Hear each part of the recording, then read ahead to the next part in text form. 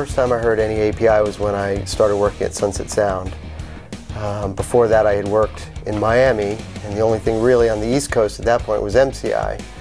And so when moving into the West Coast of Sunset Sound, pretty much everything they had there was API. In fact, I think all 3 rooms at that time were API custom consoles. API and all the gear they have I use it no differently now than I did before. Maybe even more so in the idea that going into a front end of a digital audio workstation, you want to make sure that your signal is clean, but it's also punchy and it's got its own character.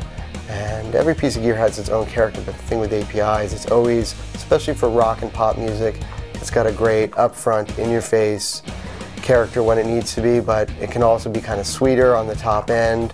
And you know, it's just, the simplicity of its design, but the way it sounds, it's a great marriage. When I'm tracking, I'm usually working at Sunset Sound, and they have 2 consoles there that are filled with API EQs, the 550s, which I just love. They're great for overall shaping, but they can get reasonably surgical as well.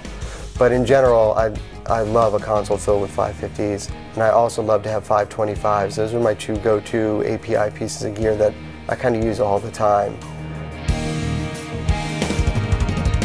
The sound of API for me has always been one where it brings the sound up front in a very musical way. Sometimes you can bring things up front, but it's not musical in the way. It can become more plasticky or mid-rangey in a kind of unpleasant way.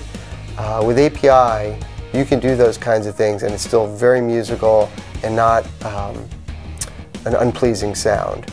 And so that's why I always reach for those. My name's Neal Avron. I've used API for over 20 years and API works for me.